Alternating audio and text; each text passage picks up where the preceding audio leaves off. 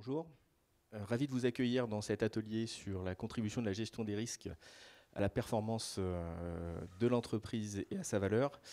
Je vous propose de commencer par un tour de table pour nous présenter. Donc, Bénédicte. Oui, donc Bénédicte Gérard. Ah oui, pardon. Bénédicte Gérard, Universcience. Donc, je suis responsable de la mission d'audit interne de cet établissement depuis quelques années, après un parcours en direction financière et juridique et du conseil en France et à l'étranger. Nadia Côté, je suis directrice générale de la société d'assurance Chubb. Donc, je dirige l'opération française du groupe depuis 6 années.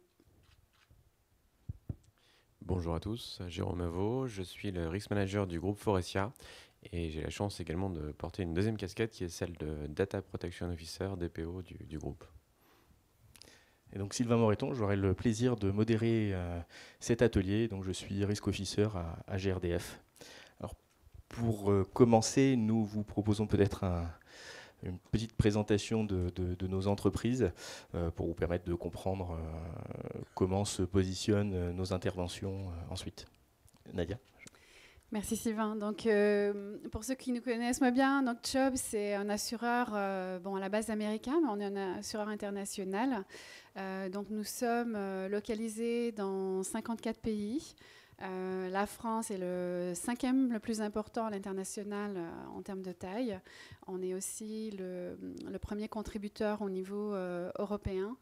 Donc, c'est un groupe aussi qui fait, vous voyez les chiffres devant vous, 31 000 personnes. Nous avons une notation financière excellente. Pour nous, c'est assez important parce que notre métier, c'est de prendre vos risques sur notre bilan. Donc, on est très attaché à avoir une pérennité financière que l'on met à votre disposition. Je pense qu'il y a un deuxième slide, Sylvain, sur... je te laisse. Voilà, pour revenir un petit peu plus à mon opération, comme je disais, en France, donc non seulement on a une présence très importante à Paris, et aussi une des particularités, c'est que depuis le 1er janvier de cette année, notre entité juridique légale européenne est localisée à Paris. Donc, c'était aussi dans notre plan d'action post-Brexit. Chubb a pris la décision d'avoir son siège à Paris. On en est très fiers. Donc, les équipes, c'est 350 collaborateurs qui, en fait, regroupent, comme je le disais, l'opération France et aussi l'opération Europe continentale. Je ne vais pas vous énoncer toute la liste des produits qu'on fait, mais on est aussi très attaché en fait à avoir une diversité de l'offre produit. Donc on fait à la fois l'IRD, de l'assurance de personnes, de l'affinitaire et du consumer. Merci. Donc Jérôme pour Forestia. Merci. Donc le groupe Forestia, c'est un groupe qui pèse 17 milliards de chiffre d'affaires, qui regroupe à peu près 110 000 collaborateurs dans le monde, dans 35 pays. Et c'est un groupe qui s'étend sur 300 sites, donc à peu près 30 sites de R&D et 270 sites de production. Des sites qui vont de la toute petite usine de quelques dizaines de personnes à des très gros sites qui peuvent peser 1000 ou 2000 personnes. Et c'est un groupe qui travaille donc pour les clients historiques que vous connaissez, donc qui sont les constructeurs automobiles, mais aussi pour les nouveaux constructeurs automobiles, donc les pure players. Je pense notamment à Tesla par exemple, Byton en Chine. Et c'est un groupe qui intervient sur 3 grandes activités. La première étant ce qu'on appelle le Clean Mobility, donc tous les systèmes de dépollution du véhicule. On travaille également sur la partie intérieure de véhicule, donc toute la partie cockpit, et on travaille également sur les sièges de véhicules, donc à la fois sur des produits finis, donc des sièges terminés, mais aussi sur des frames, donc des sièges non terminés que l'on sous-traite ensuite à d'autres qui font la finition. En termes d'orientation stratégique, on a 2 grandes orientations sur lesquelles on travaille. La première, c'est ce qu'on va appeler la Sustainable Mobility. L'objectif ici, c'est tout simplement d'améliorer l'efficacité énergétique des véhicules dans un souci justement de réduction des émissions. Et la deuxième stratégie sur laquelle on travaille, c'est le cockpit du futur. Donc c'est tout ce qui va équiper demain les véhicules. Donc, vous savez que l'automobile vit une véritable révolution. On parle de plus en plus de véhicules connectés. Il y a aujourd'hui déjà des millions de véhicules connectés qui sont en circulation sur nos routes. Et demain, en 2025, 2030, 2035, suivant les estimations, on aura des véhicules autonomes sur nos routes. Et donc, on travaille déjà dès aujourd'hui sur ces véhicules autonomes. Et on imagine déjà ce que pourra être le véhicule autonome, et notamment le cockpit dans le cas du véhicule autonome, c'est-à-dire toute la partie infotainment, les écrans, la partie interface homme-machine, donc les boutons sur lesquels vous allez appuyer, ou éventuellement l'assistant vocal à qui vous allez parler pour commander votre véhicule, et également les sièges qui demain pourront éventuellement se retourner à 180 degrés pour vous permettre de faire une partie de carte pendant que le véhicule s'occupe de la route. Merci Jérôme. Donc Bénédicte pour Universcience. Oui, donc Universcience, c'est un établissement public industriel et commercial qui regroupe en fait 2 sites culturels qui sont la Cité des Sciences et le Palais de la Découverte à Paris. Donc ce sont au global, Universcience représente un des plus grands centres de sciences en Europe, accueille 2,8 millions de visiteurs. Voilà, donc on est sur un établissement qui est de taille beaucoup plus modeste que mes 2 compagnons à côté, donc avec des enjeux différents, on le verra tout à l'heure en matière de risk management. En termes d'environnement, en relation avec le risk management, en tant qu'établissement public, il est soumis au contrôle périodique de la Cour des comptes et à l'obligation réglementaire de mettre en place de l'audit et du contrôle interne. Voilà. En termes d'activité, donc juste brièvement pour faire le panel complet, c'est à la fois de l'accueil de visiteurs sur site, de la vente d'expositions, vente-location d'expositions à l'export, des activités de centre de congrès sur le site de la Cité des Sciences, de la valorisation domaniale avec la location d'espace sur les 2 sites, et puis des activités de partenariat mécénat. Voilà. Merci. Et donc GRDF, pour vous rapidement, donc, est le gestionnaire du réseau de distribution de gaz dans une grande partie de la France. Voilà, nous exploitons les réseaux et acheminons le gaz pour environ 11 millions de clients, avec, dans un monde régulé, puisque nous rendons compte à la Commission de régulation de l'énergie qui fixe nos tarifs et contrôle nos activités. Alors, pour cet atelier, nous avons la difficile tâche de répondre à la question de la contribution de la gestion des risques à la performance de l'entreprise, qu'on pourrait qualifier de Graal du risque management, on va dire, présenter ça comme ça. Et nous vous proposons en fait un déroulement autour de 4 questions, 4 thèmes qui nous permettent de progresser sur ce sujet. Donc le premier, c'est l'intégration du risque management dans la vie de l'entreprise. Le second concerne les plans d'action de maîtrise des risques et leur contribution au suivi de la performance de l'entreprise. Un troisième temps consacré aux connexions, aux liens entre la stratégie de l'entreprise et le risque management.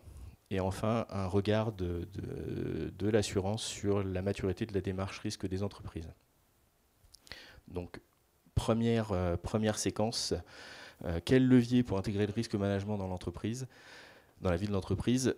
L'idée de cette séquence est donc de vous partager des témoignages ou des questions qu'il convient de se poser quand on se questionne sur la place du risque management dans l'entreprise, les bonnes idées, les bonnes pratiques, les réflexions à conduire pour s'assurer d'avoir un risque management connecté aux activités. Donc, je vais laisser la parole à Jérôme qui va vous partager son expérience. Merci Sylvain. Donc juste en introduction sur ce sujet, j'ai repris une étude qui a été publiée conjointement avec Lamarais et PwC, qui date de 2017, qui est une étude portant sur le rattachement hiérarchique du risk manager. Ce qu'on constate, et c'est plutôt positif, c'est qu'on a une véritable évolution du rattachement du risk manager. En 2015, on avait seulement 36% des risk managers qui étaient rattachés à la direction générale. En 2017, on a 44%. Donc une évolution plutôt positive. En tout cas, quand on souhaite justement faire en sorte que le risk management soit au service de l'entreprise, de la stratégie et de sa performance.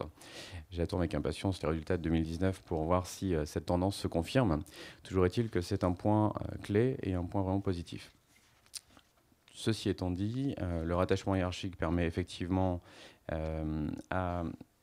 au risk manager de faciliter l'échange au quotidien avec la direction générale, et ça permet d'une manière générale de s'assurer que justement les risques, la prise en compte des risques puissent faire partie au quotidien des préoccupations du top management. Mais même quand on regarde finalement dans ces 44%, on s'aperçoit que même lorsque le risk manager est rattaché à la direction générale, il est encore trop souvent exclu des décisions. Il ne participe pas forcément systématiquement au comité stratégique, il participe très rarement ou trop peu au comité exécutif. Et à ma connaissance, et dites-moi si je me trompe, je ne pense pas qu'il y ait dans le CAC 40 ou dans le SBF 120 des risk managers intégrés de manière permanente au sein des COMEX dans les entreprises.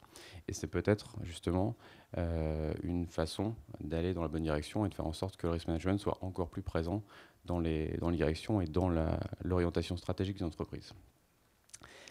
La deuxième question qui se pose souvent quand on réfléchit à la manière justement de diffuser cette culture du risque et de faire en sorte que la gestion des risques fasse partie de l'ADN de l'entreprise et qu'elle permette de contribuer à sa performance, c'est le type d'approche qu'il faut utiliser. On va parler d'approche bottom-up, top-down. J'ai été assez marqué hier par l'exemple qui a été pris par l'économiste Jean-Marc Daniel durant la keynote, qui parlait du coup de grisou. Donc, le coup de grisou, ça tombe bien qu'on ait quelqu'un de GRDF avec nous.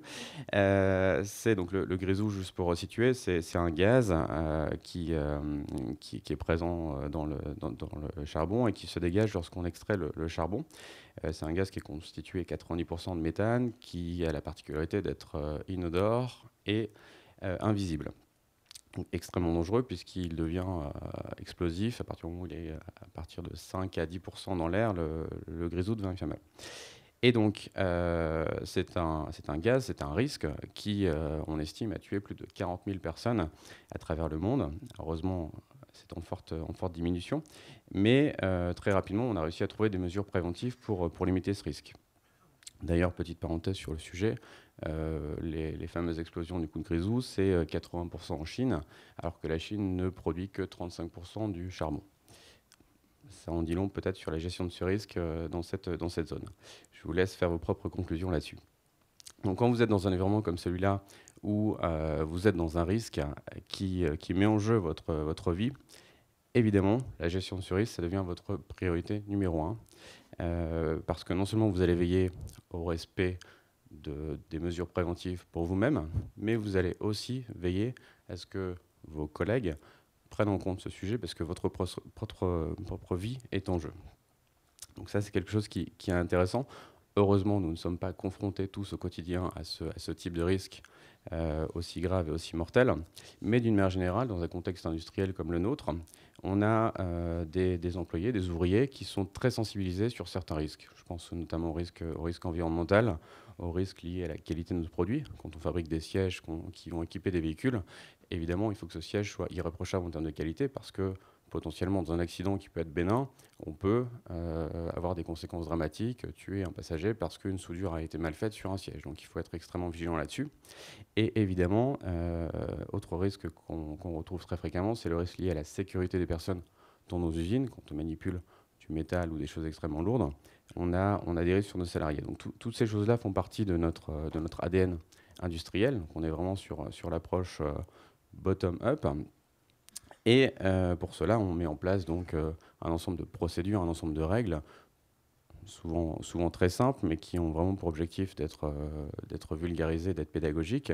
Et ces règles, on va aussi vérifier, à travers notamment des audits, même si on n'aime pas trop ce terme, mais c'est la réalité, qu'elles sont correctement appliquées. On a développé chez nous ce qu'on appelle le Faurecia Excellence System. C'est un joli terme pour dire qu'on a un ensemble de règles qui permettent de s'assurer de la prise en compte de ces risques. Dernière chose que l'on fait également sur ce sujet, c'est l'écoute des salariés. On propose aux salariés notamment ce qu'on appelle des IA, des idées d'amélioration, quelque chose qui n'est pas exclusif à notre organisation, mais je trouve ça très intéressant parce que ça permet aux salariés de s'exprimer. Trop souvent, on se retrouve dans un incident où les gens disent « je savais, j'avais identifié qu'il y avait un problème », mais souvent, évidemment, quand on l'apprend, c'est trop tard. Donc là, on permet aux salariés de s'exprimer. Ça peut être soit de façon digitale à travers un site internet, mais aussi parfois de manière très simple, un post-it et une urne. Ça ne coûte rien. Et ça permet aux salariés de remonter souvent des problèmes opérationnels auxquels ils sont confrontés et qui peuvent avoir des impacts assez importants en termes d'incidents et de risques. Donc ça, c'est la première chose sur la partie top-down, sur la partie bottom-up, pardon. Et en complément, on forme également nos managers, donc de différentes manières. On le fait à travers des modules de e-learning, par exemple, ce qu'on appelle les MOOC, les Massive Online Open Courses. Donc on a un module qui permet de former tous les salariés qu'ils souhaitent à la gestion des risques, pour leur permettre de connaître au moins les bases en matière de gestion des risques. Mais au-delà de ça, on a développé également un cursus orienté gestion des risques qui fait partie intégrante d'un certain nombre de formations. Je pense notamment à notre métier de programme manager, gestionnaire de programme, donc quelqu'un qui va travailler avec X centaines de fournisseurs et un client sur un véhicule donné pendant plusieurs années, en général 5 ans, va clairement au quotidien être confronté à de la gestion de risque sur plein de sujets. Et donc on les forme et la partie gestion de risque fait partie intégrante du cursus de formation du programme manager. Dernière chose qui me semble extrêmement importante en la matière, c'est le tone at the top, c'est-à-dire s'assurer que le management, le top management, prenne en compte et autorise la prise de risque. On a la chance d'avoir un CEO qui régulièrement, et notamment lors des conférences managers, rappelle à ses managers qu'ils ont le droit à l'erreur. Et le droit à l'erreur, c'est quelque chose qui est important. Et quand vous êtes manager et que vous vous rendez compte que vous avez le droit de vous tromper, donc que vous pouvez prendre des risques, c'est quelque chose qui est très rassurant. Pour terminer sur le risk manager, alors le risk manager, on est tous d'accord, c'est pas celui qui porte l'ensemble des risques, c'est quelqu'un qui va animer la gestion des risques, c'est quelqu'un qui va identifier les risques, sensibiliser, communiquer. Et donc ce risk manager, il se doit d'avoir un certain nombre de qualités, de compétences. La première compétence qui me semble vraiment indispensable pour un risk manager, c'est la curiosité. C'est-à-dire qu'un manager doit être curieux, doit poser des questions, doit être capable de challenger les gens avec qui il travaille, c'est-à-dire ses interlocuteurs, ce qu'on appelle chez nous les risk owners, pour permettre de comprendre quels sont les enjeux liés à un risque donné. Le risk manager ne peut pas être expert sur tous les domaines, on peut avoir un certain nombre de domaines d'expertise, mais quand ce n'est pas le cas, il y a forcément des domaines sur lesquels on n'est pas expert, il faut que le risk manager puisse avoir ces qualités en termes de curiosité. Deuxième qualité, deuxième compétence importante pour le risk manager, c'est la pédagogie et la vulgarisation. J'ai du mal à prononcer ce mot vulgarisation parce qu'hier on a dit que c'était pas quelque chose de très positif, mais j'aime bien. La vulgarisation, on se trouve confronté de plus en plus à des risques complexes, je pense au risque cyber notamment, mais pas que. Et il faut que le risk manager soit capable de dialoguer avec le RSSI, par exemple, dans le cas du risque cyber, et également d'aller discuter avec le COMEX, avec le CEO, pour expliquer quels sont les enjeux autour de ces risques-là. Et vous n'allez pas voir un CEO en lui parlant de firewall, vous allez voir un CEO en lui expliquant quels sont les impacts potentiels si on n'investit pas en la matière. Donc il faut être capable de comprendre et de vulgariser. Dernière qualité importante pour le risk manager, c'est sa capacité de persuasion. Être capable de convaincre le risk owner, mais aussi le top management, de prendre des décisions, d'investir, des choses parfois assez basiques, des sprinklers, mais aussi dans le domaine cyber sur des infrastructures. C'est difficile d'investir quand on sait que le système fonctionne. Passer sur une nouvelle technologie alors que tout va bien, on se dit mais quel est l'intérêt? Dans le domaine industriel, on ne dépense pas de l'argent inutilement, nulle part d'ailleurs, mais encore moins dans le domaine industriel. Donc il faut être en mesure de pouvoir convaincre et expliquer en quoi cet investissement peut améliorer la gestion des risques et sur le long terme la performance de l'entreprise. Pour terminer sur cette question, selon moi, le risk manager doit véritablement devenir un business partner, c'est-à-dire être une personne qui travaille au quotidien avec l'ensemble des fonctions, donc quelqu'un qui est sollicité et surtout quelqu'un qui est écouté. Merci Jérôme. Autre partage d'expérience sur les liens entre le risk management et les process décisionnels de l'entreprise avec Nadia.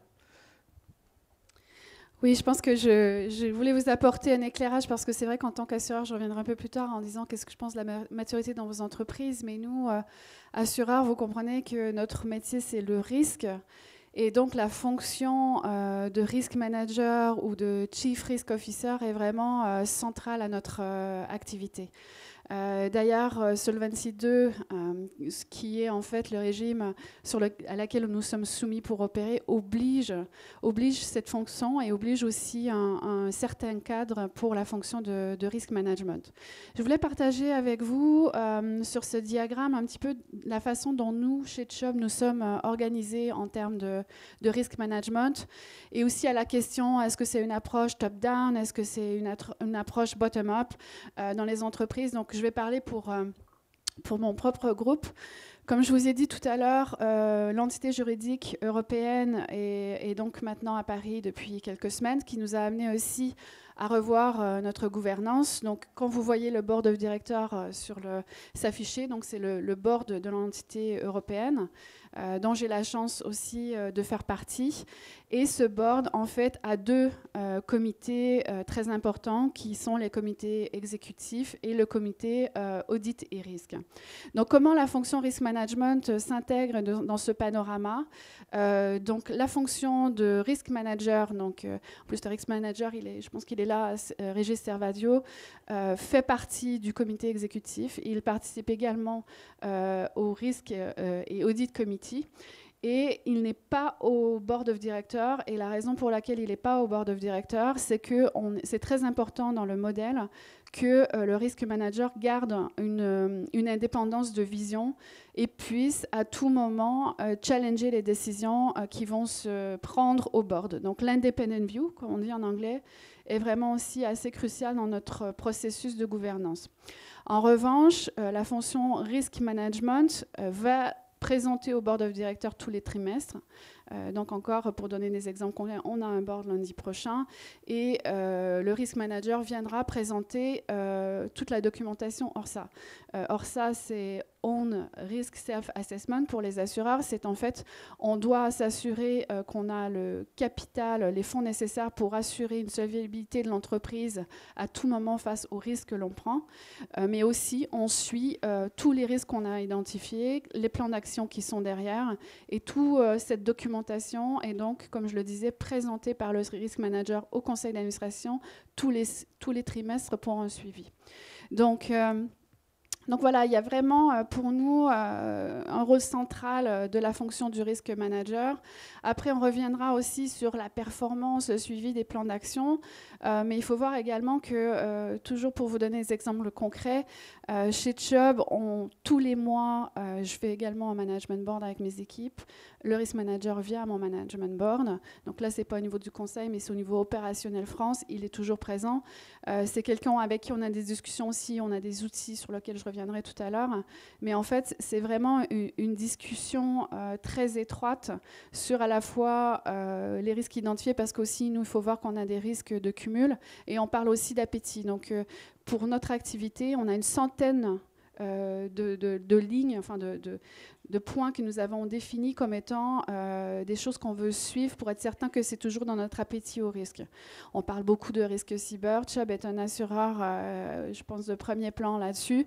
Néanmoins, ça fait partie dans nos risques appétits des cumuls qu'on va suivre. Les risques climatiques aussi, les cumuls sur les CatNat, on va suivre également. Si sur une ligne d'activité, on pense que dans le plan, on sera un ratio combiné de 100%, c'est aussi quelque chose qui sera suivi par le risk management. Donc voilà, c'est 100 lignes aussi. Donc c'est pas seulement identifier, mettre des contrôles, suivre les risques, c'est aussi nous, en tant que société, quel est notre appétit au risque et quelle est notre tolérance au risque. Et là-dessus, au niveau opérationnel, on a vraiment des discussions très, très étroites.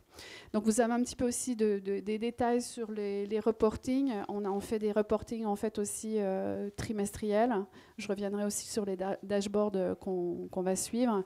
Et puis, peut-être un troisième point aussi de la fonction risk management. c'est qu'on demande également à cette fonction de suivre les risques dits émergents. Donc, on parlait de voitures connectées, de choses qui changent comme ça. On fait aussi une veille là-dessus pour voir aussi, savoir identifier les opportunités, mais aussi qu'est-ce que ça peut signifier pour nous en tant qu'assureurs dans l'évolution des garanties, aussi sur des garanties qu'on peut donner, mais qu'on n'avait pas nécessairement pensé donner, qui sont parfois ce qu'on appelle les couvertures silencieuses. Merci Nadia. Le témoignage suivant, nous vous proposons de faire un petit retour sur la mise en place d'une démarche de risk management au sein d'Universcience. Voilà, et donc je laisse la parole à Bénédicte. Oui, merci Sylvain. Donc là, vous le voyez, on est dans un contexte tout à fait différent. Donc une entreprise un établissement public de taille beaucoup plus modeste, 1000 personnes, 140 millions d'euros de budget. Et donc, on est dans en plus du secteur de la culture. Donc, contrairement à l'assurance dont parlait Nadia, là, la culture du risque n'est pas du tout au centre de l'activité, même si, étant un établissement accueillant du public, on est soumis à la présence à la réglementation établissement recevant du public, à avoir un préventeur, ingénieur sécurité qui conseille la direction générale sur la prévention des risques en matière d'hygiène, sécurité, environnement, et l'obligation d'établir un document unique d'évaluation des risques dans ce domaine. Donc ça, il y avait déjà au sein de l'établissement cette démarche préexistante, mais qui était très technique, très cantonnée à cette sphère, hein, et qui ne percolait pas du tout, je dirais, jusqu'au top management, ou de façon limitée. Là, l'idée, c'était donc de commencer à mettre en place une démarche qui soit une démarche d'ensemble. Et donc, l'initiative, elle a été en fait amenée par l'audit dont j'ai la charge, puisque avec la mise en place de l'audit qui, au sein du secteur public, est devenue une obligation à partir de 2011-2012, s'est posé la question d'établir un plan d'audit, et puis surtout de s'assurer du déploiement de contrôle interne à l'échelle de l'établissement, et d'avoir une vision d'ensemble des risques pour pouvoir à terme établir un plan d'audit sur une approche fondée par les risques. L'obligation également de mettre en place un comité d'audit qui est arrivé par ces réglementations nous a permis d'intégrer des experts externes à l'entreprise, au comité d'audit, qui ont été un soutien important pour la mise en place de notre démarche. Et donc c'est une cartographie des risques macro qui a été mise en place, articulée sur les objectifs stratégiques de l'entreprise d'emblée, et dont l'ambition clairement était de commencer à mobiliser le top management autour d'enjeux clés, d'une vision par les risques, et de commencer à diffuser cette culture et ces savoir-faire liés au risk management. Donc, en revanche, en termes de déploiement et de place du risque de management dans l'établissement, le choix qui a été pris, c'est de déployer c'est de ne pas mettre en place de risk officer, parce que la taille de l'établissement, ce que nous avons estimé, ne le justifiait pas. Enfin, en tout cas, les ressources ne le permettent pas. Et en fait, ce sont les directeurs qui sont les risk managers. C'est eux qui sont missionnés pour... ils sont en tant que risk owner, ils sont destinés à être risk manager. Voilà, c'est une approche on va dire, assez slim du dispositif qui donc vise à limiter les ambitions du dispositif vis-à-vis du niveau d'enjeu. Peut-être pour la suite, en fait, un des points importants du travail fait par Bénédicte renvoie à un élément clé du risque au management qui est l'engagement du management, du top management et du management opérationnel. Et là, je te laisse de nouveau la parole, Bénédicte, pour nous faire part de ton expérience. Oui, donc ensuite, comment faire effectivement pour que la démarche accroche dans cet univers pas particulièrement sensibilisé à la démarche risque. Ce qui était, en fait, les deux piliers sont déjà le sponsoring de la direction générale, hein, qui est important, d'une part, et puis d'autre part, le fait de déployer quelque chose qui corresponde aux outils et aux besoins du top management. Donc le fait d'avoir une cartographie des risques qui était explicitement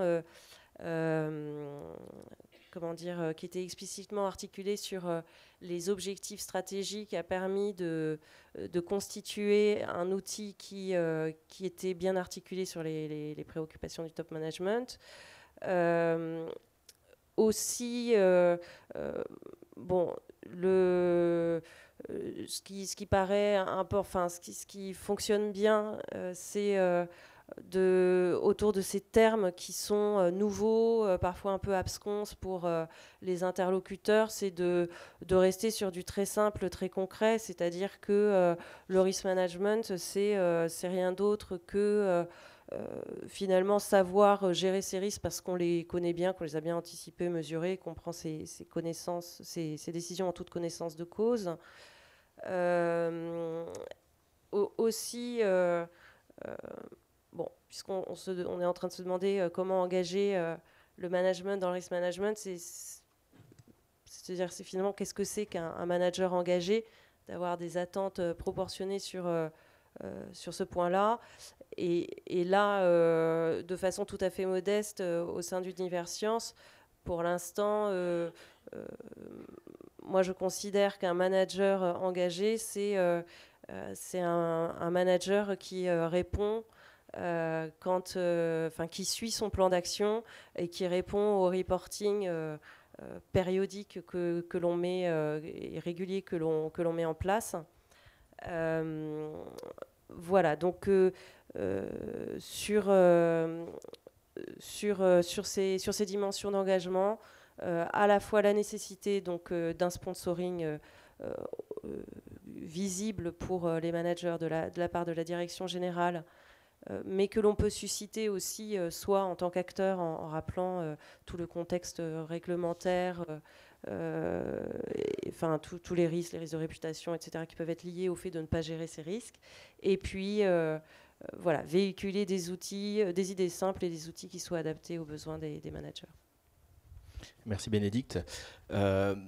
Après vous avoir exposé des process de risque management globaux, lorsqu'on s'intéresse à la contribution de la gestion des risques à la performance de l'entreprise, on arrive très vite sur les actions de maîtrise des risques et comment s'assurer, un, que ce soit les bonnes actions, et deux, qu'au final elles soient efficaces et qu'elles contribuent réellement à la maîtrise des risques. Donc, je passe de nouveau la parole à Bénédicte qui va nous partager un petit peu sur la partie construction son expérience dans un ERM en construction. Oui, donc pour l'élaboration de plans d'action qui fonctionnent, qui soient efficaces, alors nous on s'est en fait en première approche fondé sur une démarche d'efficience, c'est-à-dire que les plans d'action qui ont été développés à partir de la cartographie des risques l'ont été faits à partir d'ateliers opérationnels dont avec tout simplement un représentant par direction en première étape, ce qui est une première approche qui nécessitera ensuite d'être un peu détaillée, perfectionnée, mais qui permet d'impliquer tout le monde et dans lesquelles ont été faites des analyses de causes collégiales à partir de la technique des 5 pourquoi. Donc ça a été vraiment du brainstorm collectif sur voilà, quels sont nos risques, qu'est-ce qui peut se passer en fait, quels sont les facteurs de risque et les causes qui peuvent amener à un événement de ce type-là. Et finalement, donc, le principe d'efficience qui a été retenu, ça a été de prendre ce qui faisait consensus. Et ça permet d'avoir un plan d'action assez efficace parce que finalement, ça permet de ratisser tout ce sur quoi les opérationnels sont globalement assez d'accord pour se dire qu'il faut faire quelque chose. Ensuite, en termes de suivi du plan d'action, là on risque d'enfoncer des portes ouvertes, mais finalement ce qui est de façon très opérationnelle important et efficace, c'est tout simplement de bien détailler à la fois l'action qu'on cible, mais aussi de rappeler les modalités qui sont les modalités exécutoires qui sont envisagées pour mener cette action. Ensuite, d'en détailler des livrables périodiques, donc des livrables intermédiaires avec des échéances qui permettent de scander au fil des reportings l'avancement de l'action. Et puis, bien évidemment, une direction porteuse unique, donc qui responsabilise les membres du COMEX en tant que risk owner sur ces actions, ainsi que les directions concernées. Puis un reporting périodique tous les 3 mois. Merci Bénédicte. Une fois les actions définies, et Nadia en a parlé tout à l'heure, se pose la question de les monitorer et de s'assurer de la maîtrise de la réduction des risques. Et là, je laisse la parole à Nadia sur le process. Juste avant de vous présenter le dashboard qui est devant vos yeux, je voulais simplement aussi vous représenter l'approche que nous avons au niveau de la planification financière et du développement du business et comment ça s'imbrique à la fois du côté business et risk management. Donc notre cycle de planification stratégique chez Chubb, c'est habituellement au mois de juillet de chaque année, on va se rassembler. Donc c'est une approche assez bottom-up au départ.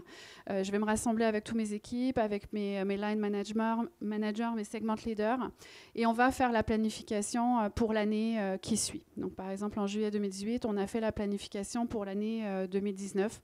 Donc, on met un certain nombre d'hypothèses dans la planification qui est une partie développement, combien d'affaires nouvelles on va faire, on va réaliser, dans quelle ligne de business, sur quel segment de clientèle. On va faire aussi des hypothèses de rétention, c'est-à-dire qu'aujourd'hui, on a un portefeuille de clients. On sait très bien qu'on est dans un marché qui parfois est baissier, qui est stable. On évalue aussi tout ça. On définit une rétention. On définit aussi justement une variation de pricing. Et on soumet ce plan ensuite au niveau hiérarchique régional, donc à la région qui est l'Europe, ensuite à la région internationale et finalement aussi au monde pour approbation. Donc ce processus chez nous se déroule du mois de juillet au mois d'octobre. Et la fonction risk management, en fait, va prendre mon business plan, le business plan qu'on a fait avec les équipes, et va challenger les hypothèses qu'on a mis dedans. Et non seulement ils vont challenger les hypothèses, mais ils vont en fait identifier des facteurs, des risques qui pourraient faire en sorte que je ne puisse pas accomplir mon plan en 2019 parce que il y a des choses, il y a des externalités qu'ils ont identifiées qui pourraient être des menaces dans l'accomplissement de mon plan d'action. Donc, ils ont leur propre, j'ai envie de dire, risque business plan. Qui est formalisé, qui est aussi partagé avec le comité des risques, avec le board. Et en fait, ce plan d'action va être suivi en plus de tous les risques qui vont suivre, mais aussi va définir aussi certains indicateurs qui vont être suivis trimestriellement pour s'assurer justement que les menaces qu'ils ont identifiées n'est pas en train de mettre en péril mon plan d'action de manière régulière. Donc, pour revenir à la manière dont on travaille aussi sur le suivi des risques dans notre maison. Donc là, vous voyez ça s'appelle, c'est un heat map qu'on produit tous les trimestres. C'est généré par un outil central qui s'appelle DoubleCheck Et en fait, bon, là, on a mis tous les risques au même niveau. Mais en réalité, si je vous montrais la vraie figure, mais bon, c'est un peu nos secrets de famille, les bulles ne seraient pas à la même hauteur. Il y en a qui seraient dans le vert, il y en a qui seraient dans le rouge. Là, juste pour... je voulais simplement vous donner un objet, enfin, une identification visuelle. Donc, ce qui se passe, c'est qu'on a défini des risques honneurs. Donc, dans mes équipes, il y a différents risques honneurs. Sur la partie indemnisation, il y a certains risques. Sur la partie opérationnelle, finance. Moi-même, j'ai aussi certains risques. Chacun, donc, on essaie, donc avec les risques honneurs, on a identifié ce qu'on appelle les risques inhérents. Donc, les risques inhérents, ce sont les risques qui font qu'on a de toute façon et qui sont liés à notre opération. Donc, on les identifie, on les suit.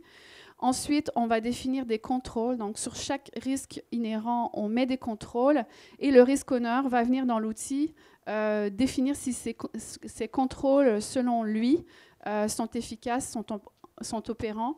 Et on va aussi définir la sévérité si le risque se met à réaliser. Donc, avec tous ces systèmes, en fait, tous ces risques honneurs, c'est l'identification des risques, les contrôles pour les diminuer, on arrive à ce dashboard qui va nous mettre, en fait, des risques dans les zones plutôt vertes ou plutôt rouges. Donc, chez Chubb, on a défini 4 catégories pour ces risques. Donc, on a la catégorie verte qui est faible, ce qui veut dire qu'on a un appétit pour le risque et notre tolérance est acceptable. On a la catégorie moyenne où l'appétit est toujours possible, mais la tolérance devient moyenne. Donc, quand on est dans la catégorie faible ou moyenne, il n'y a pas d'actions spécifiques qui sont menées. C'est simplement s'assurer que les risques honneurs sont au courant sur la catégorie moyenne de la procédure d'escalade qu'ils devraient faire si jamais il y avait une évolution du risque. Et après, les 2 autres catégories qui sont hautes et extrême. Dans la catégorie haute, donc si un risque arrive dans le mapping, un petit peu dans la zone orange, donc dans ces cas-là, ces risques-là vont être reportés directement via l'outil au comité d'audit et des risques ou éventuellement aussi aux bornes. Et quand on tombe dans la catégorie rouge, il faut mettre un plan d'action de manière immédiate. Donc voilà un petit peu comment on suit ça. Cet exercice, il est fait tous les trimestres. Moi, avec aussi la fonction risk management, je revois ce heatmap pour la France tous les trimestres. Et on disait aussi qu'il y a un côté independent view du risk management. S'il y a des risques que l'outil va mettre dans la catégorie orange ou rouge, voilà, on va simplement m'avertir que ces sujets vont être reportés au board et au comité des risques et qu'il va falloir qu'on travaille vite sur ces sujets. Donc voilà un petit peu, parce que, comme on disait, le thème, c'est comment la fonction contribue à la performance. Pour partager aussi une expérience assez personnelle, comme vous savez, on a fait une très grosse intégration ces 2 dernières années. Pendant cette période d'intégration, il y avait aussi des risques liés justement à l'intégration des cultures, des systèmes, des données. Et la fonction risk management m'a vraiment beaucoup aidé à élever des sujets, à surveiller aussi ces sujets qui étaient vraiment critiques dans une période importante pour nous. Voilà. Merci Nadia.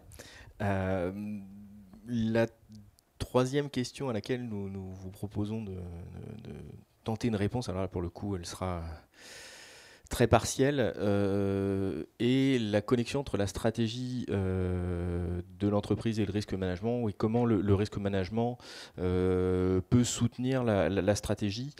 Avant de partager l'expérience de Jérôme, je dirais, ce qu'on peut mettre en avant, c'est les 2 possibilités qui s'offrent sur la connexion ERM-stratégie. Peut-être la plus classique et celle du dessous, c'est le fait que la stratégie, le risk management en aval de la construction de la stratégie va permettre d'identifier les risques de non-atteinte des objectifs, des ambitions, et d'essayer de maximiser les chances de réussite de la stratégie. Donc ça, je dirais, c'est un process assez classique et c'est souvent celui qui est utilisé en risque management. Le développement que nous vous proposons avec Jérôme est plutôt de s'intéresser à la contribution amont du risque management sur la stratégie, c'est dire comment le risque management peut aider à bâtir la stratégie, comment l'anticipation des risques, l'identification des risques va permettre de positionner les leviers d'action de l'entreprise sur les bons sujets, au bon niveau. Et donc, Jérôme, je te laisse poursuivre sur l'expérience que vous avez mise en place à Forestia. Merci Sylvain. Alors moi je vais vous parler d'un concept qui s'appelle le design fiction, qui est quelque chose qui est encore un petit peu méconnu. Concrètement, le design fiction, c'est une technique qui consiste à se projeter dans un futur probable. Donc on est plus ou moins dans le domaine de la science-fiction, on s'inspire en tout cas de l'univers de la science-fiction. C'est une technique qui nous vient des États-Unis, qui a été pour la première fois nommée dans les années 2000 par un auteur justement américain de science-fiction. Et pour autant, ce n'est pas forcément quelque chose de nouveau. Si vous connaissez le livre de George Orwell, qui a été publié en 1949, qui s'appelle 1984, le fameux Big Brother is watching you. Au passage, je vous invite à relire ce livre. Et croyez-moi, en 1949, quand il est sorti, c'était de la pure science-fiction. Et en 2019, on n'est plus de la science-fiction, on est vraiment dans le monde réel. Il n'a jamais été autant d'actualité. On était là aussi, sans forcément le nommer, sans forcément le savoir, dans du design fiction. L'autre exemple que l'on prend souvent quand on parle de design fiction, c'est Minority Report. Je pense que vous connaissez tous Tom Cruise et la scène où Tom Cruise se balade sur un écran 3D où il déplace des blocs, etc. C'est un film qui date de 2002. Ça commence à dater un petit peu. Et Spielberg a été assez visionnaire dans ce film sur beaucoup de choses, notamment sur cette scène. Et là aussi, on est clairement sur de la design fiction. Donc on imaginait quelque chose à l'époque qui était probable, mais finalement qui était très loin de la réalité. Et aujourd'hui, en 2019, on commence à voir ce type de système en production dans certains sites, et on s'approche donc de la réalité. Tout ça pour vous dire, vous allez me dire quel est le lien avec la gestion des risques. J'y arrive. En matière de gestion des risques, vous pouvez aussi, de manière ponctuelle, utiliser ce concept de design fiction pour identifier de manière préventive les risques auxquels vous pourriez être confronté dans le futur. Donc l'idée, c'est d'essayer de se projeter dans un futur probable et d'être capable de mettre en place, avant même l'émergence d'un risque, des mesures préventives pour réduire ce futur risque. Donc on est même avant le risque émergent. Je vais vous donner deux exemples sur lesquels on travaille. Le premier, c'est celui qui est illustré en bas à droite, c'est celui du cockpit du futur. Donc aujourd'hui, la tendance en matière automobile, vous avez peut-être vu ça lors du CES il y a quelques semaines, c'est celui de la mise en place d'écrans de plus en plus grands dans les véhicules. Il est fort probable qu'à terme, tous nos véhicules soient équipés d'un grand écran, un peu comme nos télés dans les salons, et que cet écran surtout permette de diffuser en simultané plusieurs sources de données. Je pense notamment, si on se projette un petit peu, imaginez que le passager puisse regarder une série sur Netflix pendant que le conducteur conduit. On n'est pas encore dans du véhicule totalement autonome. Vous imaginez bien que potentiellement, en termes de sécurité routière, ça peut poser quelques soucis. Le conducteur qui serait distrait par la captivante série Netflix que son passager regarde.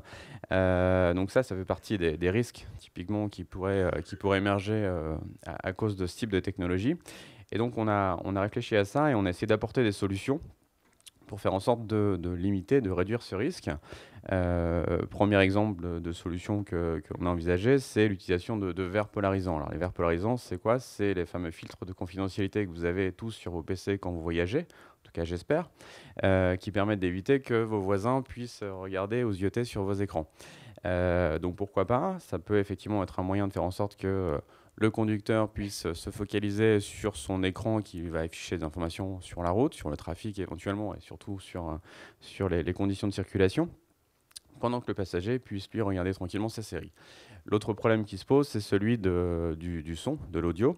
Et là aussi, on apporte des solutions, notamment à travers du traitement sonore et ce qu'on appelle la bulle sonore, qui va permettre au passager d'être immergé, d'être isolé dans son univers audio et d'écouter tranquillement sa série, tout en permettant au conducteur d'être dans un autre univers audio, dans une autre bulle sonore, qui sera d'écouter sa radio préférée, musique classique ou peu importe, ou pourquoi pas d'écouter son information ou d'être dans un silence le plus complet. Et donc sans être totalement perturbé par ce qui se passe à côté de lui. Donc ça, c'est un exemple de mesures qu'on a identifiées qui permettent finalement de limiter, ou en tout cas de réduire le plus possible l'apparition de ce type de risque. Deuxième exemple que je peux vous citer en la matière, c'est celui des applications que l'on développe pour permettre d'évaluer les scores d'éco-conduite. Donc on a des applications qu'on développe pour des iPhones par exemple, qui vous permettent de manière volontaire, mais demain sera peut-être directement intégré au cœur des véhicules, de savoir si vous conduisez de manière écologique. Donc ça consiste à ne pas accélérer trop fort, anticiper les ralentissements lorsque vous arrivez à un feu, etc., dans la mesure du possible. Et finalement, on s'est aperçu que ces applications, elles pouvaient demain avoir des applications importantes parce que on collecte à travers ce type d'application beaucoup d'informations, des informations de géolocalisation, des informations sur votre accélération. On peut éventuellement collecter des données sensibles du type infraction au code de la route, etc. Et on essaie de se projeter. Ces données, on pourrait imaginer de les partager avec, pourquoi pas, des assureurs, avec pourquoi pas les services publics, avec par exemple les responsables d'infrastructure pour permettre d'identifier d'éventuels problèmes sur la route, etc. Et donc on a essayé de se projeter, d'imaginer tous les futurs business cases autour de ces applications et du coup tous les risques associés, et notamment les risques liés à l'atteinte à la vie privée, parce que ces données pourraient être utilisées pour faire du tracking de masse ou du tracking individualisé, pourraient être, si jamais malheureusement ces données devenaient publiques, c'est-à-dire si on était victime d'un data breach au sens GDPR, pourrait être utilisé pour connaître les habitudes de consommation, éventuellement des habitudes religieuses ou autres liées aux personnes concernées. Donc ça peut avoir des impacts très importants sur les gens. Et donc on a réfléchi à toutes les mesures préventives qu'on pouvait mettre en œuvre pour limiter ces risques. Donc je pense notamment à l'anonymisation des données, à la réduction de la durée de conservation au strict minimum. Je pense également à des mesures de sécurité liées à l'utilisation d'authentification double facteur, les fameux SMS que vous allez recevoir sur votre téléphone, ce genre de choses. Et finalement, on s'est aperçu que si on s'était contenté de regarder les applications telles qu'elles sont utilisées aujourd'hui, on n'aurait pas forcément mis en œuvre toutes ces mesures de sécurité, on se serait contenté du strict minimum. Et on a voulu se projeter un petit peu plus loin, tout en gardant quelque chose de pratique et d'utilisable, parce que c'est vrai que ça peut aller parfois éventuellement à l'encontre de l'usabilité de l'application. Donc on a voulu se projeter pour essayer de mettre en œuvre le plus de mesures possibles dès la phase de conception, dès la phase de design, dans ce type de produit, pour permettre d'anticiper les risques futurs. Dans l'esprit, pour ceux qui connaissent le règlement GDPR, on est dans le cadre d'un DPIA, donc d'un Data Protection Impact Assessment, mais qui aurait la particularité de ne pas se baser juste sur la situation actuelle, mais de se projeter sur cette fameuse situation de futur probable. Voilà, j'espère que ces deux petits exemples vous auront donné envie d'essayer cette technique du design fiction, et donc ça vous permettrait, si vous le faites, d'identifier non pas vos risques émergents, mais vos risques futurs et d'y remédier avant même que cela arrive. Merci Jérôme. Dernière séquence dans notre atelier. Alors, peut-être en introduction, une des difficultés que nous avons rencontrées a été de connecter la contribution du risque management à la valeur de l'entreprise. Et assez vite, nous sommes arrivés à la question de l'assurance. Et je pense que voilà, les assureurs ont une bonne vision de la maturité du risque management dans les entreprises. Et c'est très connecté ensuite, je pense, au montant des primes et à l'assurabilité des risques. Et donc, Nadia, je te laisse la question la la parole. plus difficile pour la fin et pour l'assureur. Bah, c'est toujours. Non, ce que je voulais dire, c'est que forcément, ce qu'on constate, c'est qu'il y a forcément des différences de maturité en termes de risk management dans les entreprises. C'est lié souvent à la taille. Bon, on le disait tout à l'heure, Bénédicte, entre une société étatique, un assureur où le métier c'est le risque, l'organisation du risk management est différente et la manière de le conduire est différente. Ensuite, il y a aussi, vous êtes tous des professionnels, on est tous des professionnels de l'assurance, mais il y a aussi beaucoup de nos assurés où le risk management, l'assurance est portée en double casquette par d'autres fonctions et on peut voir aussi que ça amène un changement de maturité. Au-delà de ça, ce qu'on constate, nous, assureurs, les tendances qu'on est en train de voir chez nos assurés, c'est vraiment de se dire qu'on est en train d'être dans un monde, la digitalisation en fait, et le progrès technologique qui sont essentiels pour les entreprises, parce qu'aujourd'hui, la transformation digitale, l'avancement technologique, elle est obligatoire pour pouvoir évoluer pour l'entreprise dans un monde extrêmement concurrentiel.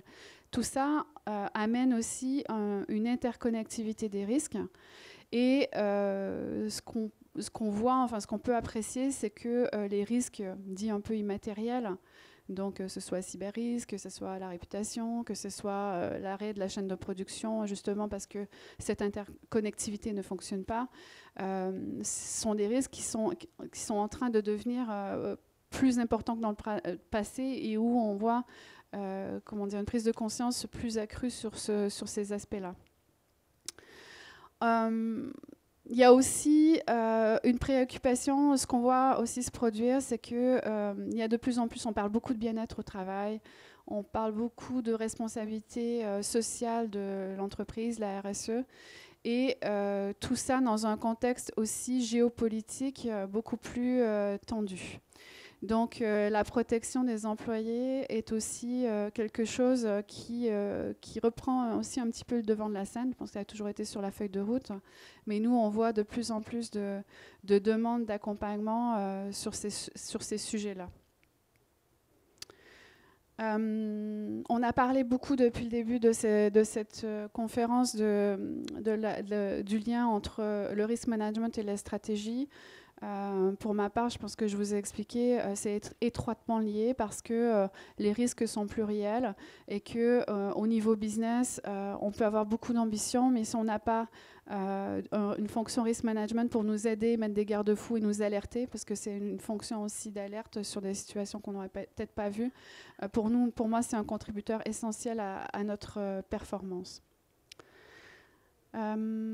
Aussi le développement durable, ça aussi c'est une tendance de fond, c'est qu'aujourd'hui on parle beaucoup de transition énergétique. Il y a aussi eu une évolution assez importante sur la réglementation écologique avec l'introduction du préjudice écologique.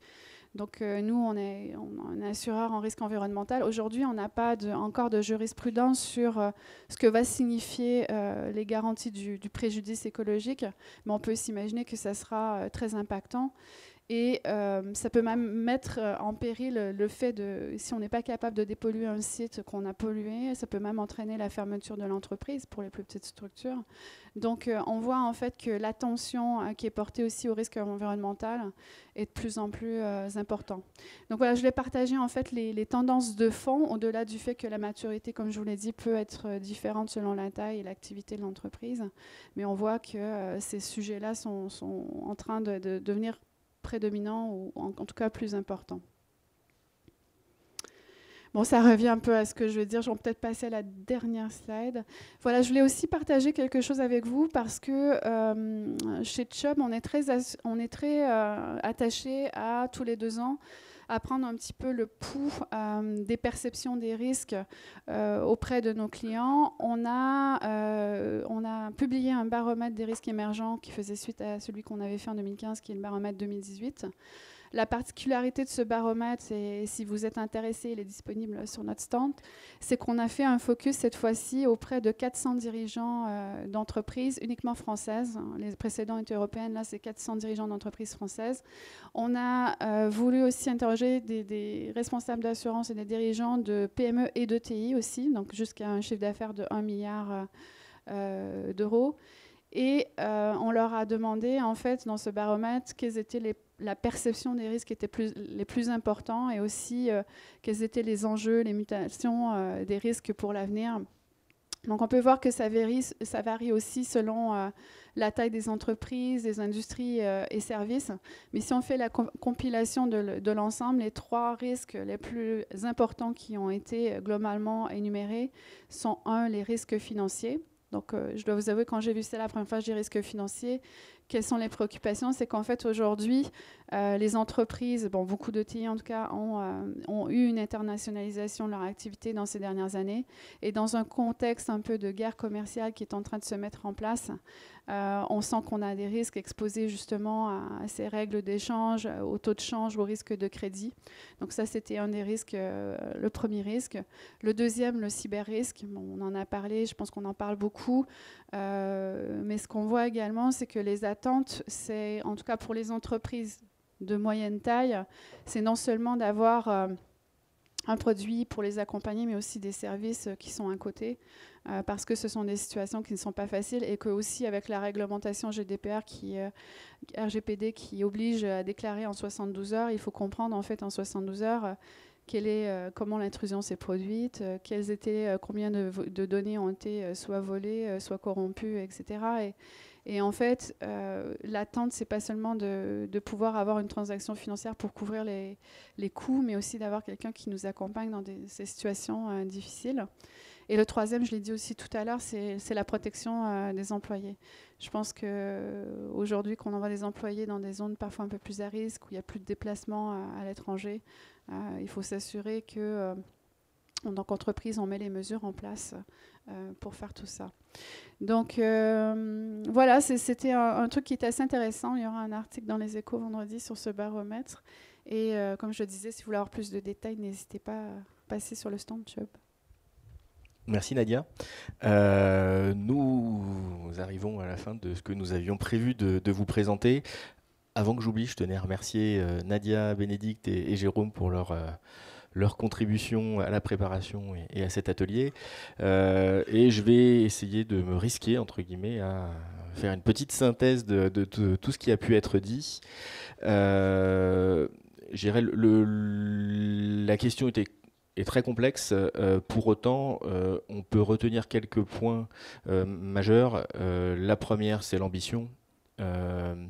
Pour que le risque management contribue à la performance de l'entreprise et à sa valeur, il est indispensable que ce soit, qu'on ait une réelle ambition pour le RM, que ce soit quelque chose qui soit dans les préoccupations premières, avec quelques points évidents. Le premier, c'est de viser autre chose que la compliance ou la conformité. Le deuxième, c'est de faire en sorte que la fonction et le risque management soient connectés aux réalités de l'entreprise, donc connectés aux activités, connectés aux forces vives de l'entreprise et aussi à ce qui se passe autour de l'entreprise. Jérôme parlait du design fiction, on est clairement là-dessus. C'est comment mon environnement évolue, comment mon activité évolue et comment je m'y adapte. Bénédicte l'a bien présenté, c'est d'avoir aussi une démarche qui soit adaptée à l'échelle de l'entreprise, à ses enjeux, que ce soit dans ses moyens ou dans les objectifs qu'on vise.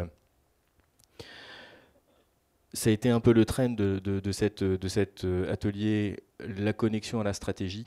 C'est-à-dire pour que le risk management contribue à la performance, à la valeur de l'entreprise, il doit être indissociable de la stratégie, aider à la construire, aider à la soutenir. Et tout ça s'appuie sur deux piliers, la fonction risque management. Ça a été dit, on n'a peut-être pas forcément mis énormément l'accent dessus. Il faut distinguer, je dirais, la fonction risque au sens risk officer et risk manager. Le risk officer va être garant de la méthodologie, sera l'aiguillon qui va réinterroger le management, le top management sur sa stratégie, sur son business plan. Pour autant, il est indispensable que le management soit porteur des risques. Il porte les activités, il est évidemment le plus à même d'assurer la maîtrise des risques. Et enfin, et c'est peut-être là le plus important, le soutien du top management, ça a aussi été bien précisé pendant l'atelier. Tout ça n'est viable que si le top management s'engage à faire de l'ERM quelque chose d'ambitieux et qui veut contribuer ou qui doit contribuer à la valeur de l'entreprise. Voilà, donc maintenant nous vous proposons peut-être de passer à des questions-réponses. Je ne sais pas si l'hôtesse est présente. Sinon, je vais passer le micro. Donc, merci. Alors, la première étant toujours la plus difficile. Si elle arrive vite, ça enlève de la pression à l'animateur. Oui, merci beaucoup. Je vais vous poser une question qui effectivement m'intéresse. Je suis auditeur interne dans une administration qui s'appelle la DGAC, Direction Générale d'Aviation Civile. Et en fait, je suis confronté à, dans le schéma, bon, il y a une démarche de risque management qui est conduite, mais il y a une vive concurrence, on peut dire, au niveau des acteurs entre le contrôleur de gestion et le responsable qualité. Et j'avoue que chacun veut peser, on va dire, dans la performance de l'institution. Et alors c'est très bien, mais c'est vrai que chacun part aussi sur des référentiels qui sont un peu voilà, spécifiques. Comment articuler tout ça pour que, évidemment, ça fonctionne ensemble? Et est-ce que vous avez aussi, vous, été confronté à ce type de concurrence, on va dire, plus ou moins fraternelle, entre ces différents acteurs qui ont chacun des convictions assez fortes, pour ce qui nous concerne à la DGAC? Merci. Je ne sais pas qui veut se hasarder à... Merci Bénédicte. Oui, je vous réponds parce que, étant d'un établissement, environnement public avec un secteur en déploiement, c'est une question que j'entends beaucoup aussi avec des pairs. Alors, moi, après, face à une situation comme celle-là, la question est de savoir, vous, quelle est la position dans laquelle vous êtes. Mais là, on est sur une problématique de coordination des acteurs du contrôle interne. Et à cet égard, il y a... alors moi, je suis membre également de l'IFACI. Il y a une prise de position de l'IFACI qui est un document que je trouve assez intéressant pour communiquer sur ce point, qui permet un peu de l'IFACI ici à Aillé, de recoller les morceaux entre les différents acteurs du contrôle interne, qui est le modèle des 3 lignes de maîtrise. Il y a aussi une prise de position concernant la qualité, qui permet de situer son rôle vis-à-vis de audit, contrôle interne, et donc un peu de bien expliquer voilà, comment ça se correspond. Et finalement, par rapport au propos qui est celui de l'atelier, peut-être que justement le maître qui permet de raccorder tout le monde, c'est les risques, justement, les enjeux, et de s'appuyer sur la fonction de maîtrise des risques, donc soit de la développer si elle n'est pas là, avec une approche macro, je pense, de façon initiale, pour raccorder tout le monde sur les enjeux, ce qui permet ensuite de coordonner les actions vis-à-vis des enjeux. Voilà. Merci. Alors peut-être pour... Juste peut-être compléter la réponse. On a été confronté à une problématique un petit peu similaire. On a les fonctions d'audit interne, de contrôle interne et de risk management qui sont séparées.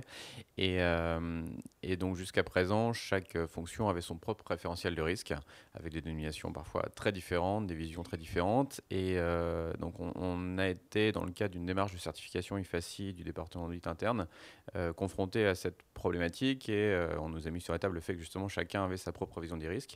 Et donc on vient de mettre en place ce qu'on appelle un univers des risques, et cet univers des risques est partagé avec ces fameuses lignes de défense, donc le risk management, le contrôle interne et l'audit interne. Et donc depuis peu, chacun parle le même langage, et chaque fonction s'est engagée en 2019 à travailler sur cette approche basée sur les risques, à utiliser le référentiel de risque, donc cet univers des risques, comme point de départ systématique à chaque mission, et chaque point de contrôle interne, par exemple, dans notre questionnaire de self-assessment, est rattaché à un risque de notre univers des risques. Donc ça n'a pas été un chemin facile, et c'est pour ça qu'on vient seulement de le mettre en œuvre, mais on espère que ça va porter ses fruits. Merci Jérôme. Juste pour compléter, je vous renvoie aux normes ISO 2015 de certification qui, et c'est Bénédicte l'a bien cité, qui renvoie au risque. Après, toute la question va être d'articuler risque des processus et risques stratégiques. Voilà, et on renvoie, je dirais, à tout le déroulement de l'atelier. Peut-être question suivante, je crois, monsieur. Jean-Paul Huizeau, plus un commentaire complémentaire. 2 remarques. La remarque 1, c'est que la référence chez ISO, c'est quand même l'ISO 31000 2018, où d'ailleurs nous avons des soucis puisque l'ISO 2015 qualité n'a pas repris entièrement, probablement encore d'univers des risques, si j'ose dire, nos propos, mais ça va être corrigé. Deuxième remarque, ISO va maintenant dans tous les standards inclure la gestion des risques, donc ça va se retrouver. Et j'invite aussi tout le monde à regarder éventuellement ceux qui ont encore des questionnements sur leur cheminement vers le RM, de regarder à la fois l'ISO 31000 et peut-être aussi le COSO ERM 2017 pour 2 raisons. La première, c'est qu'ils sont enfin supprimés ce cube que personne ne comprenait. Tout le monde trouvait ça génial, mais personne ne savait comment le mettre en œuvre. Et deuxièmement, ils ont articulé autour d'une chaîne de valeurs qui rejoint tout à fait l'ISO 31000. Ce n'est pas un hasard d'ailleurs parce qu'on a travaillé en commun. Et en particulier, c'est du comité ISO qui était sorti l'idée de l'ADN, si j'ose dire, puisque ça ressemble un peu à une chaîne ADN. Mais regardez les deux. Et puis, dans le fond, rien n'interdit, puisqu'il n'y a pas de certification, de faire sa propre cuisine entre les deux. Je crois que c'est très important quand on veut commencer le chemin. Il faut avoir des racines. Puis, pour répondre à un des 3 remarques de Nadia, elle le sait peut-être, il y a avec un fort appui en énergie, mais je crois que les assureurs qui sont dans le domaine pourraient aussi intervenir au niveau des experts internationaux, au moins donner leur avis, puisque c'est en circulation actuellement. Il y a une norme ISO sur la protection des étrangers, des salariés à l'étranger, d'ailleurs, qui se posent la question des étrangers dans le pays aussi, hein, dans les 2 sens, avec un fort rapport en énergie d'SOS International, mais ils ne sont pas les seuls. Merci. Merci. Question tout au fond.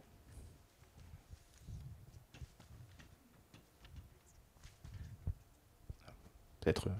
Bonjour, Jean-Baptiste Degon. Donc c'est juste pour appuyer le message de monsieur et en témoignage opérationnel justement sur comment on appréhende notre vie de RM avec le financier, le qualiticien, l'auditeur qui ont chacun le référentiel, le COSO, ISO, peu importe ensuite comment on les appelle. Et en fait, on s'est rendu compte à l'usage depuis quelques mois que ces référentiels-là parlent de la même chose et qu'on a juste à faire face à des soucis de surinterprétation de ces normes et de ces référentiels. Et il n'y a pas plus tard qu'à 3 semaines, on est allé voir la FNOR. Donc, je pense qu'il y en a quelques-uns dans la salle qui les pratiquent ou qui ont eu à faire pour leur audit de certification. Et on leur a tout simplement présenté ce qu'on avait fait qui était basé sur, pour partie, une approche, on va dire, COSO, pour partie, une approche ISO 31000.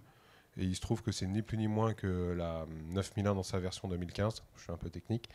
Et pour être sincère, les auditeurs nous ont clairement expliqué, vous pouvez prendre plusieurs référentiels. Ce qui va compter, de toute façon, c'est que ce soit intégré, approprié, porté dans le leadership du management. Mais de façon très simple, on peut s'affranchir des normes dans le sens que il faut juste que ce soit décliné, opérationnalisé. Il y a quelques points de détail, évidemment, les balises incontournables, mais sinon, ça se fait très bien.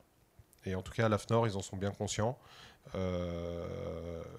ils se rendent compte qu'effectivement, il y a des passerelles, qu'il faut un peu sortir de ces tiroirs, de ces petites cases. Et je dirais, les dialogues se passent bien. Merci. Je crois qu'il y avait une question. Madame. Oui, bonjour, Sylvie Mallet. Ma question porte sur les KRI, donc les Key Risk Indicators que vous pouvez avoir sur le suivi des plans d'action. Tout à l'heure, vous nous avez énoncé les bonnes pratiques, un livrable clairement défini, des échéances. Ma question, c'est dans vos dashboards de risk management, quels sont les KRI que vous avez aujourd'hui sur les plans d'action? Est-ce qu'ils s'adressent à l'ensemble des plans d'action ou est-ce qu'il y a des criticités? Et est-ce qu'ils sont proprement dans le dashboard du risk management ou est-ce qu'ils sont intégrés dans le dashboard du board? Je ne sais pas si Nadia... Je pense qu'il y a différents niveaux de remontée des risques, en fait. Donc, les indicateurs, comme j'ai dit tout à l'heure, des fois, j'ai du mal à vous donner des exemples concrets, mais par exemple, l'année dernière, j'ai démarré une nouvelle ligne d'assurance qui a été un petit peu impacté. Je ne veux pas trop en dire parce qu'après c'est un peu, voilà, je ne veux pas trop nous exposer en tant que société, mais on a par exemple l'effet gilet jaune nous a amené à revoir un petit peu notre stratégie sur cette ligne qui était une ligne naissante. Donc vous le voyez pas parce que on démarrait, on était au démarrage de ça, donc on n'avait pas encore officiellement fait de roadshow, mais c'est juste pour vous dire que, par exemple, un événement de marché, ça veut dire les émeutes, était un risque facteur dans le business plan d'une nouvelle ligne naissante. Et il se trouve que on ne pensait pas que les émeutes, ça allait se manifester par les gilets jaunes, mais c'était la réalité. Donc, comment dire, ces risques facteurs. Bon, j'ai donné les grandes lignes tout à l'heure parce qu'ils sont un peu génériques, c'est-à-dire que cette année, j'ai X millions d'affaires nouvelles à faire. J'ai défini, en fait, on travaille beaucoup avec nos actuaires. On a une équipe actuarielle formidable à Paris. Et ces actuaires nous aident à définir les axes de développement sur lesquels on va accélérer notre croissance.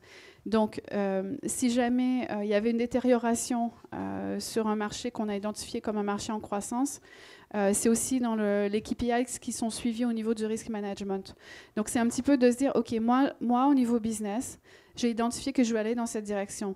Quelles sont les externalités ou la situation économique ou même le terrorisme? Parfois, c'est aussi ça qu'on a. Le terrorisme est aussi un des indicateurs qu'on va suivre, qui fait que tout ce que j'ai imaginé au point de vue de business pourrait être dégradé ou même remis en cause.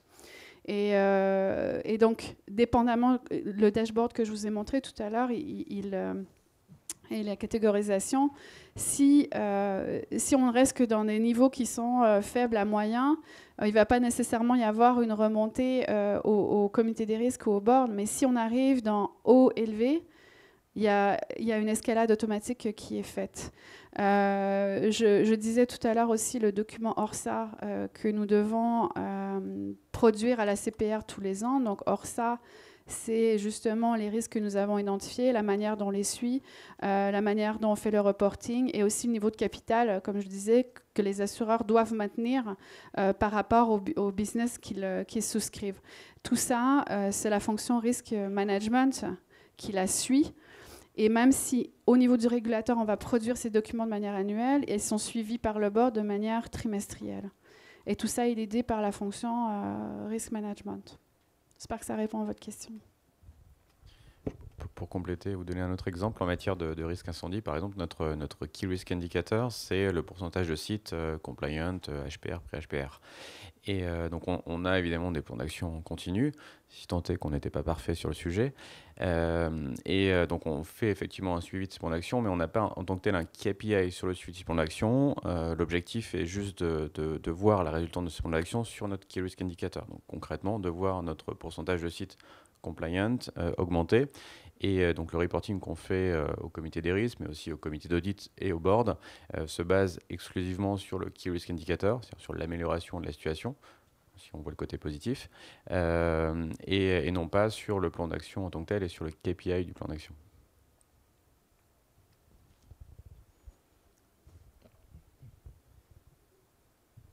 Je souhaiterais juste rebondir sur ce que vous venez d'évoquer. Donc vous avez parlé de risque incendie. Lorsque ça concerne les risques portant atteinte aux salariés, je pense à des salariés sur des sites, terrorisme, kidnapping, etc. Quel type d'indicateur on peut mettre en place pour ce type de risque qui survient peu fréquemment finalement, mais qui a un impact énorme, qui pourrait avoir un impact énorme pour la société? Je vais commencer, peut-être que mes collègues compléteront. C'est effectivement un sujet assez complexe. Je vais prendre un exemple qui est la sécurité des personnes. Clairement, on va avoir des KRI qui ne vont pas être uniquement sur l'incident. On va avoir des KRI qui vont essayer d'aller au-delà. Typiquement, ce qu'on appelle le near miss, c'est-à-dire le presque incident. On va le remonter, on va le suivre, parce que finalement, un presque incident, c'est un coup de chance qu'on n'ait pas eu un vrai incident. Et évidemment, on va avoir des KRI qui, eux, sont peut-être plus durs. Typiquement, le nombre de décès qu'on peut avoir sur une année dans nos sites. On a eu un, par exemple, l'an dernier chez nous. Alors, sur 110 000 personnes, ça peut paraître peu, mais c'est déjà beaucoup trop. Et on le suit également. Mais c'est vrai qu'en tant que tel, ce n'est pas suffisant pour nous de suivre juste les cas les plus dramatiques. On veut essayer d'avoir des KRI les plus larges possibles. Et on va avoir aussi dans nos KRI les actions de prévention qui sont mises en œuvre. Donc typiquement, tout ce qu'on peut faire dans nos usines pour améliorer la sécurité de nos salariés, et aussi tous les points qui sont remontés, notamment par l'intermédiaire des audits qui sont faits, donc les fameux audits du Forestier Excellence System, mais aussi les audits internes qui vont mettre en exergue des manquements, des barrières qui ne sont pas en place, des systèmes de sécurité sur des fenouilles qui sont pas fonctionnels, etc.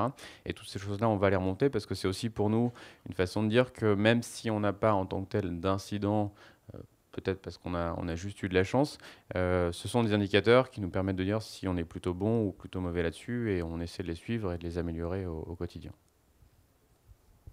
Peut-être un complément, partage d'une expérience celle de mon entreprise, c'est la connexion entre l'efficacité de l'action au sens j'avais une action de couverture du risque, je l'ai réalisée, et sa contribution réelle à la maîtrise du risque.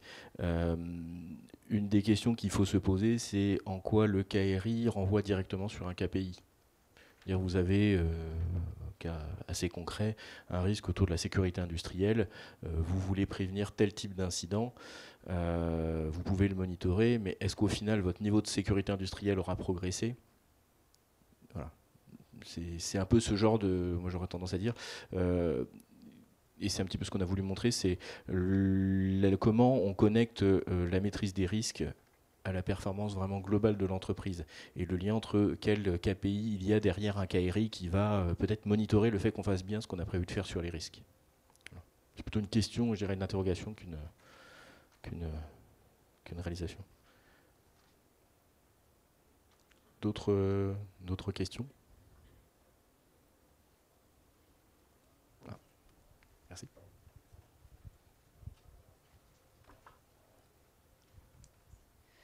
Bonjour Catherine Lelay, je reviens sur le concept de tolérance au risque, je suis dans les assurances aussi, qui montre pour moi une évolution dans la maturité de l'intégration des risques dans la prise de décision.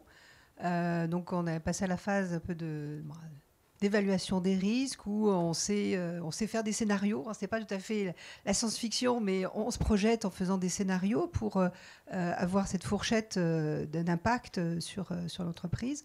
Et par contre, sur la tolérance, je voulais avoir un peu votre expérience en tant que justement filiale aussi d'un grand groupe. Est-ce que la tolérance, c'est quelque chose qui est encadré, qui est défini par la maison mère, ou est-ce que vous avez votre propre référentiel, et est-ce que c'est des choses classiques en disant c'est un pourcentage du résultat de l'entreprise, c'est un pourcentage des capitaux propres? Voilà, quel est un peu le retour d'expérience sur la détermination de cet encadrement de risque qui permet ensuite d'alerter?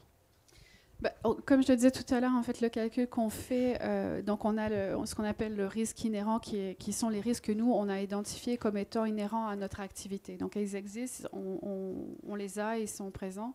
Ensuite, on regarde la probabilité que ces risques se produisent avec leur intensité potentielle. Et on applique des facteurs à ces deux critères. Et ensuite, une fois qu'on est arrivé à une quantification du risque inhérent, on regarde quels sont les contrôles qu'on va mettre en place pour diminuer le risque inhérent. Et donc, c'est encore d'autres facteurs de calcul, mais c'est est-ce que le contrôle qu'on va mettre en place, on est très sûr qu'il va marcher, on est moyennement sûr qu'il va marcher, et tout ça est argumenté, en fait. Et du coup, une fois qu'on a calculé ce risque inhérent moins les contrôles, on arrive au risque résiduel. Et donc, ce risque résiduel, c'est un peu un critère qu'on a défini selon nos calculs. Mais avec ce risque résiduel, on va le catégoriser, comme je le disais, dans ces 4 catégories. Et la 3e catégorie, qui est la catégorie haute, où on a toujours de l'appétit, entre guillemets, on a considéré qu'on a de l'appétit, mais qu'on est rentré dans une tolérance, on n'a pas de tolérance ou moins de tolérance, tout ça va être suivi par le comité d'audit et risque. Et donc, du coup, il y a un processus ou le board, dépendamment du sujet. Et donc, même si on a identifié, on va continuer à vivre avec ce risque, il va être monitoré d'une façon beaucoup plus étroite. Et là, il va remonter vraiment au niveau du board et du comité des risques, qui est vraiment un comité important au sein de notre organisation de gouvernance. Donc voilà ce que je peux dire. En termes de capital, c'est une question qui m'est difficile de répondre. Je ne sais pas si notre risk manager est là, il pourrait vous donner, mais comme vous le savez, nous, les assurants, on doit avoir un SCR, ce qu'on appelle le minimum nécessaire. Nous, on se met toujours un buffer au-dessus de ça. Et le buffer au-dessus, il vient justement des autres considérations. C'est-à-dire qu'ok, pour être solvable, il faut qu'on soit à ce ratio-là, mais on a identifié, nous, des risques résiduels qui sont les nôtres et on met toujours une couche supplémentaire au risque minimal. Merci. Peut-être une dernière question avant de terminer l'atelier. Non. Du coup, pouvoir conclure. Mais encore une fois, merci Nadia, Bénédicte et Jérôme. Merci d'avoir participé à cet atelier. Vous avez des fiches d'évaluation sur vos sièges où vous pouvez évaluer via l'appli l'atelier. Donc merci de vos retours pour améliorer l'animation de ces ateliers. Merci. Et donc les slides présentés vous seront mis à dispo sur le site de l'AMRAE semaine prochaine.